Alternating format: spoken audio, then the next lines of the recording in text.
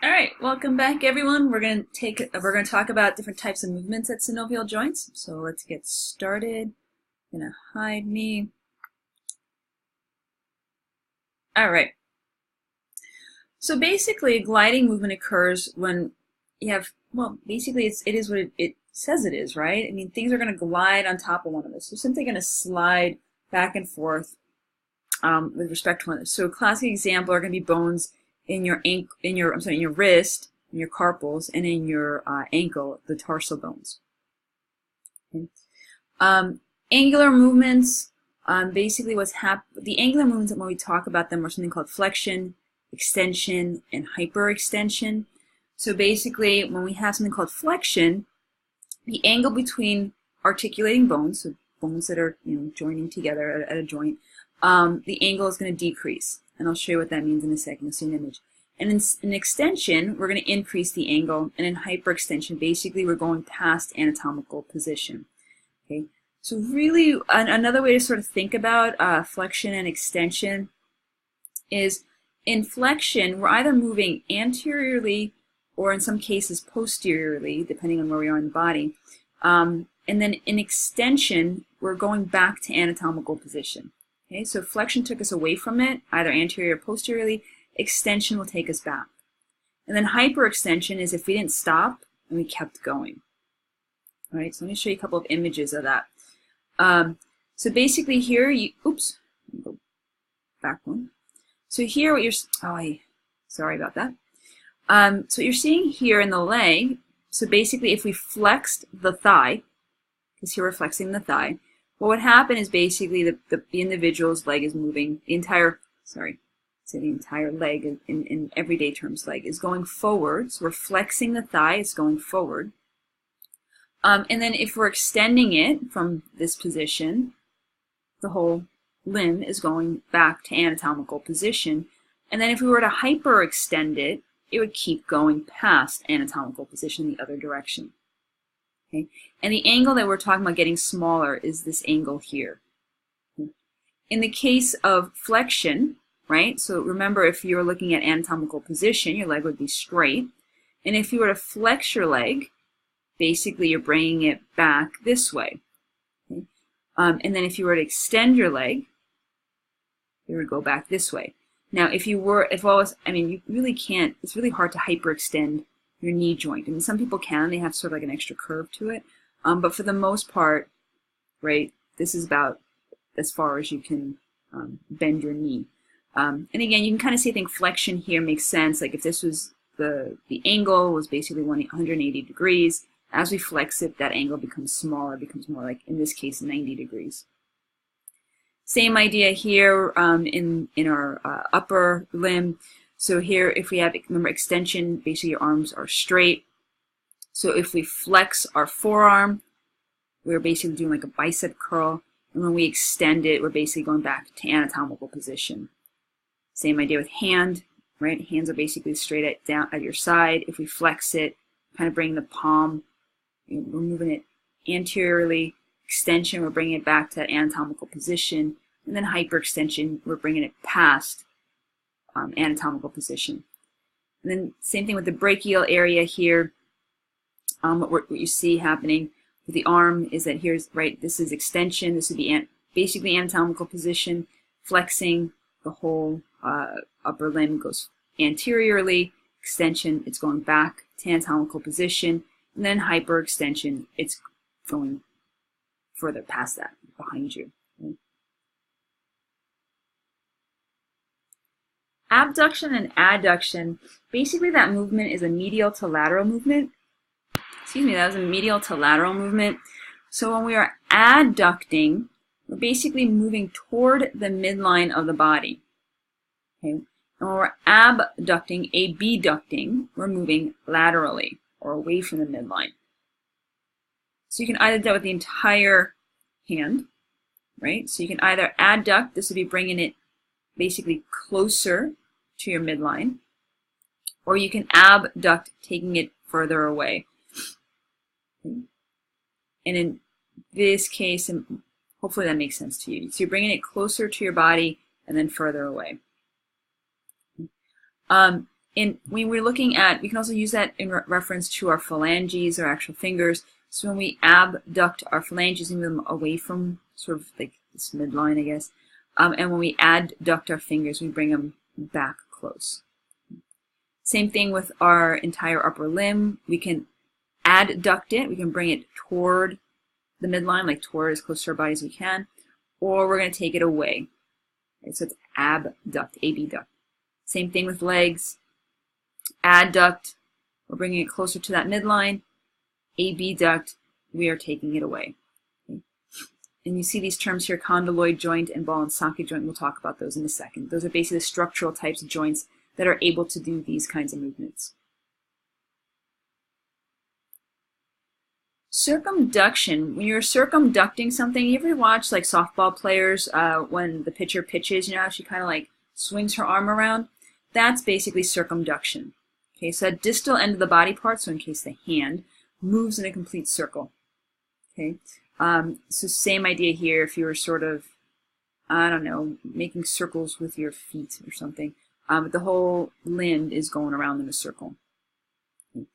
It's basically a combination of flexion extension because you're basically going anterior posteriorly, adduction, abduction.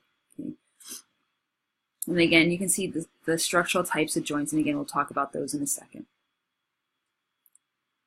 Rotation's a little bit different, okay? So basically, when we're talking about rotation, the bone itself is revolving around its longitudinal axis. Let me kind of bring me back here for a second. So what ends up happening is, hopefully this will make sense to you. So let me see how well I can show this to you. I'll kind of back up my screen a little bit. So when we talked about circumduction, it was a movement like this, right? So that distal end of the body part was rotating around in a circle. When we talk about rotation, the difference here is I'm just going to flex my forearm so you can see this a little bit better. But what you're talking about is a movement like this. So can you see how my arm here is basically swiveling out, swiveling in? So it's basically rotating like that. So that's the difference between rotation and circumduction. Again, circumduction is one of these kind of movements, and then rotation is simply kind of along its longitudinal axis. It's rotating like this. Okay. And then the different joints that are able to do this are ball and socket, and then the pivot type of joints. And again, we'll talk about the structures in a second. There are special movements of the mandible, and actually these movements will also apply to your scapula. Okay, it'll just look a little different. So when we say we have four. So there's elevation, depression, protraction, retraction. So when you elevate your mandible, basically you're closing your mouth. You're closing your lower jaw. Okay? When you're depressing it, you're opening your mouth, like when someone's really surprised you, you're like, oh, that was an act of depression by your mandible, right? You move down. Protraction basically is like having, we call them underbite, right? So basically, like your jaw sticks out a little bit, and then retraction, you're bringing it back. And your scapula does the same thing. So when you, let's see again how well I can show this to you. When you elevate your scapula, the result is you shrug your shoulders. So I've now elevated my scapula. And if I depress it, I bring it back down. Okay? Protract it. I don't know how you'll see this. Let me turn sideways. So if I protract my scapula, basically I'm turning my scapula inward. Okay? It's going forward. When I'm retracting it, I'm bringing it back. So basically retraction, bringing the scapula back. Basically your shoulder blades in the back are almost touching. Hopefully that makes sense to you. So again, these are special movements of the mandible. However, we can also apply them to the scapula.